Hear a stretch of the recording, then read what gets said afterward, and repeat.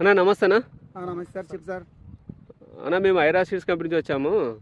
మీరు రావణ పత్తి విత్తనాలు వేసారు కదా? అవును సార్. మీ పేరేనా? రామకృష్ణ సార్. ఏ ఊరన్నా? ముగితి మండలమన్నా?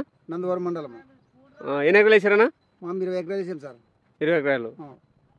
ఎట్లుందన్న పంట? పంట బాగా దిగుబడి బాగా వచ్చింది సార్. పంట దిగుబడి ఏమి పత్తి మాత్రం ఆకు పలసాగే ఉంటుంది, ఆకు రబ్బు ఏమి ఉండదు, కాయలు బాగా పడుతున్నవి. అదిగా పత్తి ఇడిపించింది కానీ మెత్తగా వస్తుంటుంది.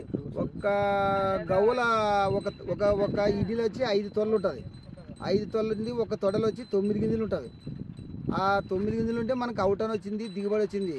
పత్తి కానీ మెత్తగా బాగా ఇడిపింది కానీ లావు కాయ కానీ అన్నిటి కొద్ది లావు ఇదే ఉంటుంది సార్. లావు తొడ బాగుంది, బాగా దిగుబడి వచ్చింది. ఇతరమే మంచిది.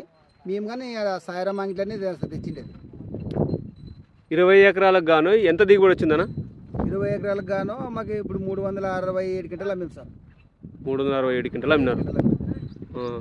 పత్తి రేటు బాగుతుందన్నా? పత్తి ఇటు కొద్ది ఇంకా 200-300 ఎక్కువ పోతుంది సార్. కండ ఉంటుంది, లావు తొడ కదా ఇది. ఆ లావు తొడ ఉందానికి రేటు కానీ ఎక్కువ వేసినాడు. సన్నగా తొడ ఉంటే రేటు రాయడు, తక్కువ వస్తాడు.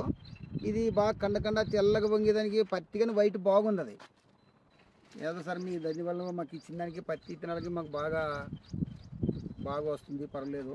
నాకు కానీ సాయిరామ్ రెడ్డి అన్ని కనబడడానికి తెచ్చినాను, వేసినాం. 20 ఎకరాలకు గాను 27 అంటే 367 క్వింటాలు సార్. 20 ఎకరాలకు గాను 367 క్వింటాలు వచ్చింది. ఓకే, సూపర్ అన్న.